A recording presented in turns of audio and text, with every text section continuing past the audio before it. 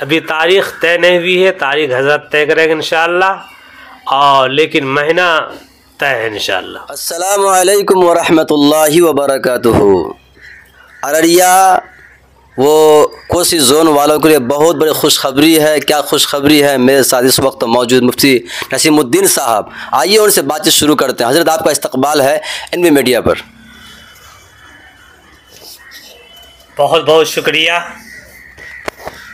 जमईयत उलमा सीमा अंचल और कोसी जोन का बहुत दिनों से अररिया के सरे ज़मीन पर इजलास नहीं हुआ है, चूँकि इससे कबल 2018 के अंदर अररिया के सरे ज़मीन पर एक बहुत बड़ा इजलास मुनाकिद हुआ था।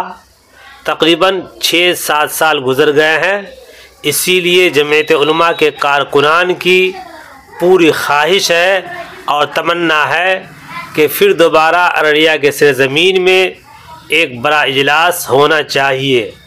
तो कारकुनान की ख्वाहिश पर जमईयत उलमा ज़िला अररिया के ओहदेदारान ने पूरी कोशिश कर रहे हैं कि सीमा अंचल और कोसी जोन का एक बड़ा इजलास माह अप्रैल में रमज़ान के बाद अररिया के सर ज़मीन में मुनाकिद हो।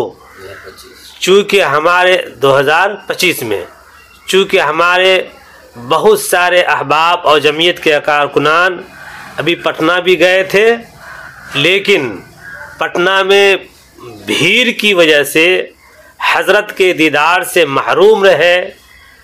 इसलिए उन लोगों की और ख्वाहिश बढ़ गई कि हम लोग हज़रत को देखना चाहते हैं और ज़ियारत भी करना चाहते हैं। तो इन हज़रात का तकाज़ा की वजह से मज़ीद अरकान ने, कमेटी ने ये फ़ैसला किया है कि रमज़ान के बाद माह अप्रैल में 2025 को एक बड़ा इजलास अररिया के सर ज़मीन में मुनाकिद किया जाए।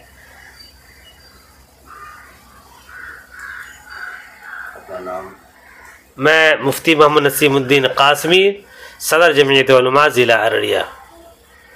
अच्छा, तो 25 को जो है कि क्या ये कन्फर्म है या क्या तारीख तय नहीं हुआ है हज़रत? अभी तारीख़ तय नहीं हुई है, तारीख़ हज़रत तय करेंगे इंशाअल्लाह, और लेकिन महीना तय है इंशाअल्लाह। अच्छा, कौन सा महीना है? माह अप्रैल 2025, रमज़ान के बाद। तो सलाम कर दीजिए। अस्सलामु अलैकुम वरहमतुल्लाहि वबरकातुहू।